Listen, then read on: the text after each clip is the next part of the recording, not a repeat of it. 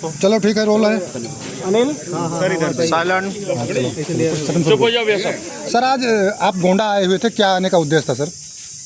गोंडा आने का मुख्य उद्देश्य कल जो घटना घटी है उसमें क्या तथ्य हैं उनको जानना था। मौके पर पीड़ित पक्ष से मेरे और मेरी पत्नी नूतन ठाकुर ने जो वार्ता की उसमें प्रथम दृष्टया पुलिस प्रशासन की भूमिका अत्यंत ही संदिग्ध और पक्षपातपूर्ण दिख रही है। कई बिंदुओं पर कमियां हैं। धाराओं का अल्पीकरण हुआ है। जहां यह गैर इरादतन हत्या है 304 आईपीसी का, वहीं 304 ए आईपीसी का एक्सीडेंट का मुकदमा लिखा गया। पुलिस एस्कॉर्ट फर्जी ढंग से एक वाहन पे लिखा गया, उस पर कोई कार्रवाई नहीं हुई। अभियुक्त तक फर्जी ढंग से प्लांट किए जाने की संभावना बताई जा रही है। उसके अलावा किसी भी प्रकार से जो वहाँ गाड़ी थी उसको सही ढंग से उसका कोई टेक्निकल मुआयना नहीं हुआ। हर मुद्दे पर अगंभीरता दिखाई गई। कंपनसेशन अब तक नहीं दिया गया।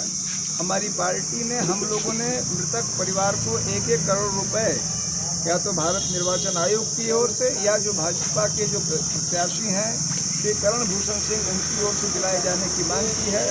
और श्री करण भूषण सहित जो भी व्यक्ति जिस हद तक इस पूरी प्रक्रिया में जिम्मेदार और उत्तरदायी हैं, यदि गलत ढंग से चुनावी प्रचार के लिए गाड़ियां निकल रही थीं या अन्य जो कुछ भी मामला थे, इंश्योरेंस न होने का मामला है या फिर प्रदूषण के लाइसेंस के बिना गाड़ी चलाने का मामला है या बार बार उनके जो है इस मामले 11 बार संभवतः चालान होने का मामला, हर बिंदु पर सक्षम प्राधिकारी सही ढंग से उत्तरदायित्व निर्धारण करे।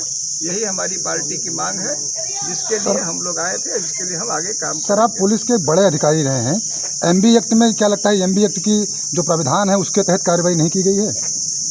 किसी भी अन्य एक्ट का, आईपीसी की 2-3 धाराएं छोड़ के अन्य किसी भी एक्ट का सही ढंग से पालन नहीं हुआ है। रिप्रेजेंटेशन ऑफ पीपल्स एक्ट, लोक प्रतिनिधित्व अधिनियम को नज़रअंदाज किया गया।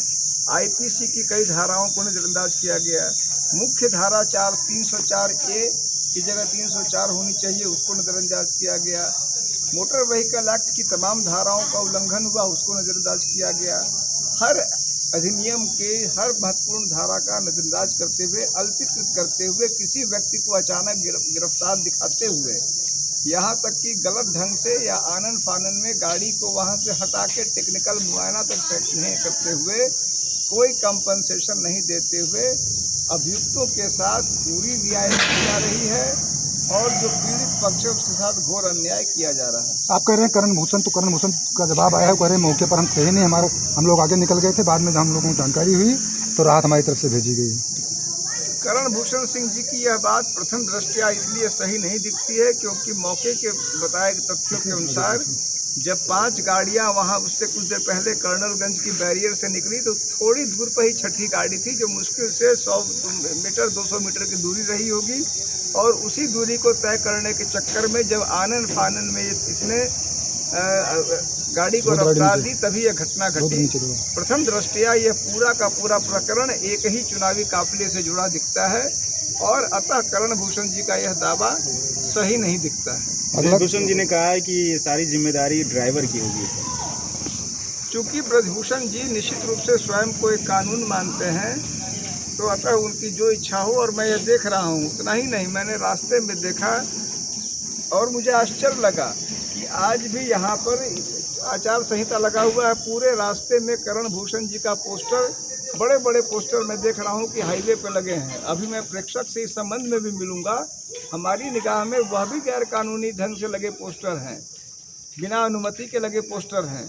यदि इस प्रकार की स्थिति प्रेक्षक और डीएम के रहते यहाँ हो रही है तो निष्पक्ष चुनाव हो, वह भी अपने आप में संशय का विषय है। डीएमएसपी से आपकी मुलाकात हुई, क्या कुछ बात हुई? हम लोगों ने डीएमएसपी को पूरी बात कही है।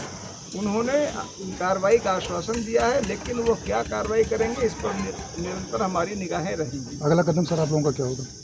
हम उनके कार्य को देखेंगे और जहां कहीं भी कोई कमी दिखेगी, हमारी पीड़ित परिवार से बात हुई है, हमने उनसे अनुरोध किया है निरंतर संपर्क में रहने का और उनकी जिस स्थान पे लीगल या अन्य जो भी सही ढंग से मतलब संभव होगी हम उनको करेंगे। बन गया। हाँ, थैंक यू सर। बनेगा भैया।